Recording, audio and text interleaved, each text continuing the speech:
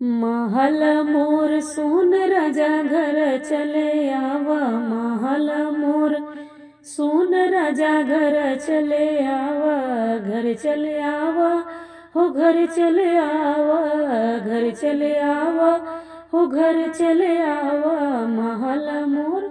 महल मोर सुन राजा घर चले आवा, महल मोर सुन राजा घर चले आवा।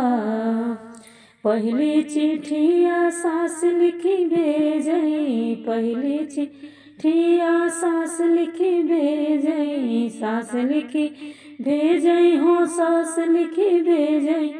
नौकरिया ऐसी चीज बेटा घर मत आया, नौकरिया ऐसी चीज बेटा घर मत आया। महल मोर सुन राजा घर चले आवा, महल मोर सुन राजा घर चले आवा, महल मोर सुन राजा घर चले आवा। दूसरी चिट्ठिया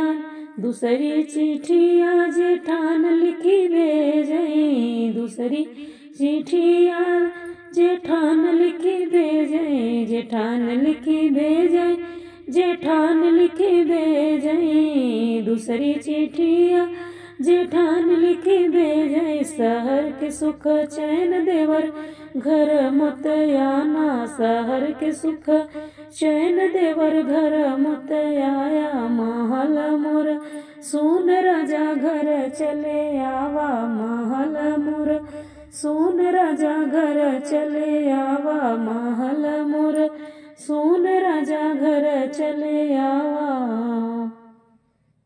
तीसरी चिट्ठिया ननद लिखी भेजई, तीसरी चिट्ठिया ननद लिखी भेजई, ननद लिखी भेजई, ननद लिखी भेजई। तीसरी चिट्ठिया ननद लिखी भेजई।